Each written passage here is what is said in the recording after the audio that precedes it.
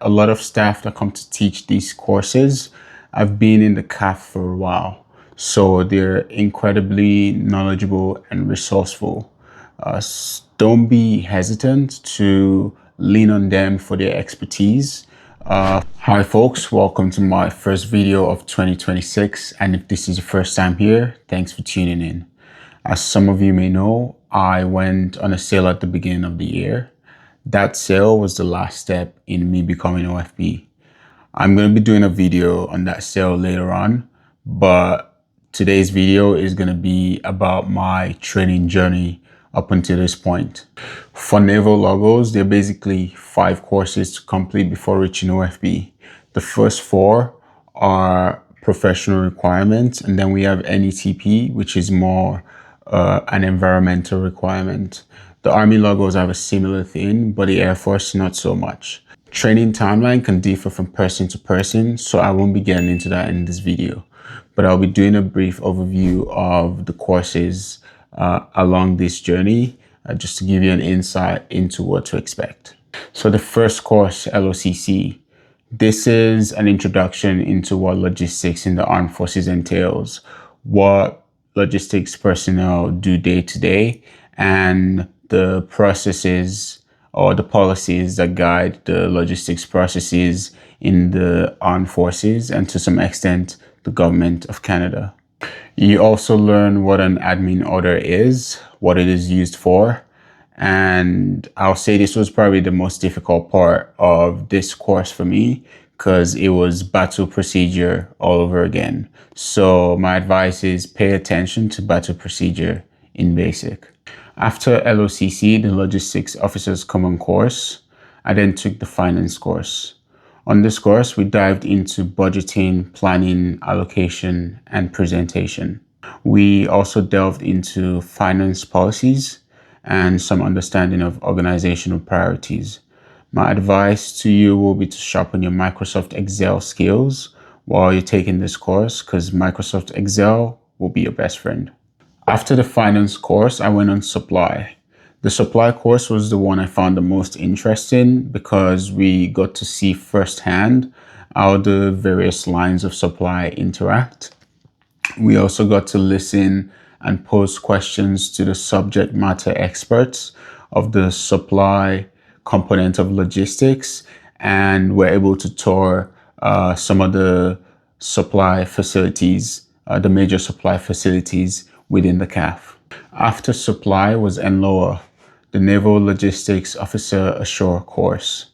If you have a knack for bookkeeping, accounting, or all that sort of stuff, you're going to have a good time on this course. This course dives deeper into what it means to be a logo in the Navy specifically. It felt like a cross education between the professional components and the environmental components of the job.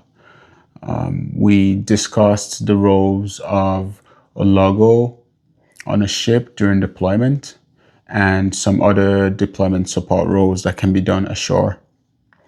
We also covered some organizational structures, especially pertaining to operations.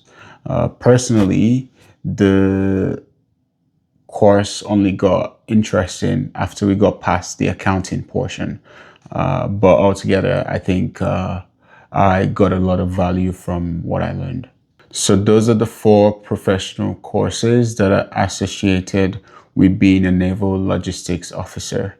Now we can discuss the environmental course, which is NETP or NETPO, the Naval Environmental Training Program for Officers.